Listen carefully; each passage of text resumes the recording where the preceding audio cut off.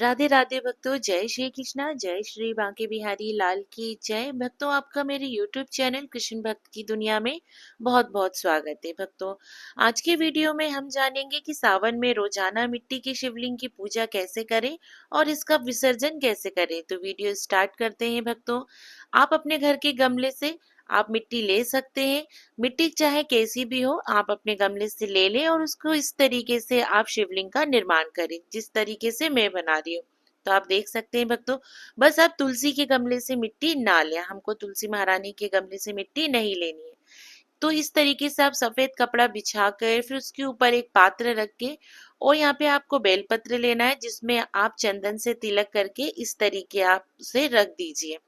इसके बाद भक्तों, आपको शिवलिंग लेना है जिसका आपने निर्माण किया था। तो आप ध्यान रखिए भक्तों कि जो शिवलिंग आप ले रहे हो उसकी जलधारी है वो उत्तर दिशा की तरफ होनी चाहिए। उसके बाद आप दीपक रखें और वो दीपक हो वो घी का रखें। उसके बाद आप दीप प्रज्वलित करें, क्योंकि हम जो भी पूजा करते हैं तो हमें दीप हमारी पूजा का साक्षी होता है, इसलिए उसे प्रज्वलित करें। अब हम अभिषेक करेंगे भक्तों, तो यहाँ हम सबसे पहले शुद्ध जल से अभिषेक करेंगे जिसमें आप गंगा जल मिला लीजिए। उसके बाद हम दूध से अभिषेक करेंगे।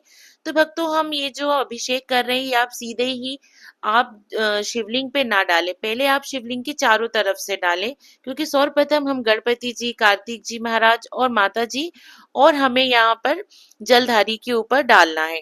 उसके बाद ही हम शिवलिंग पे डालेंगे। उसके बाद भक्तों देखिए, हम यहाँ पे तिलक करेंगे। तो यहाँ हम चंदन से तिलक करेंगे और हम यहाँ पे थोड़ा सा सिंदूर से भी तिलक करेंगे, क्योंकि यहाँ पे हम माता पार्वती जी का भी तिलक कर रहे हैं। तो इस तरीके से हम यहाँ पे चारों तरफ भी तिलक कर लेंगे अच्छी तरीके से, क्योंकि जो जलधारी होती है वो अशोक सुंदरी जी माता होती है जो भगवान शिव शंकर और माता पार्वती जी की पुत्री है। इसलिए आप जलधारी पर भी जरूर पूजा कीजिए। उसके बाद भक्तों, अक्षत समर्पित कीजिए, काले तिल समर्पित कीजिए, क्योंकि काले तिल जो हैं वो हमें कष्टों से मुक्ति दिलाते हैं, इसलिए आप काले तिल को भी जरूर समर्पित कीजिए। उसके बाद देखिए भक्तों, यहाँ पर हमने तिल समर्पित कर दिया है इस तरीके से। अब हम यहाँ पे कलावा समर्पित करेंगे। तो ये वस्त्र रूपी कलावा होता है जिसे आप जरूर समर्पित कीजिए वस्त्र के रूप में। यहाँ पे अब मैं जनेऊ समर्पित करूंगी इस तरीके से। अब मैं यहाँ पे बेलपत्र समर्पित करूंगी। तो आप जितने भी बेलपत्र समर्पित कर रहे हैं, 5, 7, 11, 21, आप उन सभी पे चंदन का तिलक करके ही समर्पित करें। और जो बेलपत्र की चिकनी साइड है वो भगवान भोलेनाथ जी शिवलिंग को स्पर्श करे, तो आप उसे पलट के डालें। और जो आप बेलपत्र लेते हैं उसकी जो डंडी है उसे आप तोड़ लें। उसके बाद आप मंदार के फूल समर्पित कीजिए अगर आपके पास हो तो। और उसके बाद आपको यहाँ धतूरा समर्पित करना है। उसके बाद आप पुष्प समर्पित कीजिए, जो भी आपके पास और पुष्प हो। लाल पुष्प में समर्पित कर रही हूँ माता पार्वती जी के लिए। तो इस तरीके से आपको पुष्प समर्पित करना है और बेलपत्र जरूर समर्पित करना है। अब मैं यहाँ भोग समर्पित करूंगी। तो भोग में जो भी ऋतु फल है आप वो समर्पित कर लीजिए, या आप दूध से बनी चीज का भी भोग लगा सकते हैं। यहाँ मैंने दक्षिणा समर्पित की हो, यथासंभव आप दक्षिणा समर्पित कीजिए। माता पार्वती जी के लिए श्रृंगार समर्पित कीजिए, धूप दीप दिखाइए। तो यहाँ पे भक्तों में धूप दीप दिखा रही हूँ इस तरीके से। धूप दीप दिखाने के बाद भक्तों, अब मैं यहाँ पे हम कथा श्रवण करेंगे। तो इस दिन आप शिव पुराण का पाठ भी जरूर श्रवण करें। तो मैंने 1 लोटा जल लेके भक्तों अब मैं यहाँ कथा श्रवण करूंगी। तो कथा के लिए सीधे हाथ में मैंने थोड़े से अक्षत और पुष्प रख लिए हैं। अब मैं यहाँ कथा श्रवण कर रही हूँ। भक्तों, कथा श्रवण होने के बाद जो आपके हाथ में जो फूल हैं और जो आपने अक्षत लिए हैं उसे आप भगवान भोलेनाथ जी को समर्पित कर देंगे। तो आप इस तरीके से शिवलिंग पे आप उन्हें समर्पित कर दीजिए। तो यहाँ मैंने कथा श्रवण कर ली हूँ और मैंने पुष्प समर्पित कर दी हूँ। इसके बाद भक्तों देखिए, अब हम आरती करेंगे। तो चाहे आप इसी दीप से आरती करें या फिर आप कपूर आरती कर सकते हैं। तो यहाँ पे मैंने दीप ले लिया है, उसमें थोड़े से मैंने अक्षत रखे और उसके ऊपर मैंने कपूर रख के अब मैंने कपूर जला लिया है भक्तों। अब मैं आरती कर रही हूँ। तो इस तरीके से मैं आरती कर रही हूँ। भक्तों, श्रावण मास में महादेव जी की पूजा आप जरूर करें।